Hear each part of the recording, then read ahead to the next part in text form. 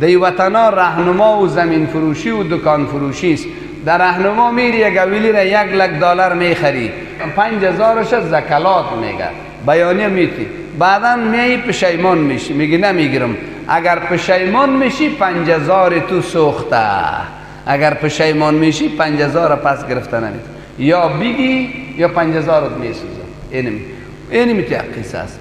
در برداشت امام احمد یک پای گنجشکک هست.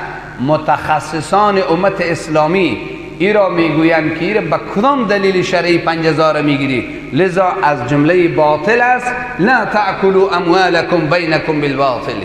خلاصه بیع تمام شده، ایجاب و قبول تمام شده، عیبم نداره، بس پیسه را بده. اگر در صورتی که نمیگیره صاحب حویلی میگه خیر پروا نداره، نمیگیره، من مسلمان هستم، من اقال الله اقال الله ذنوبه. کسی که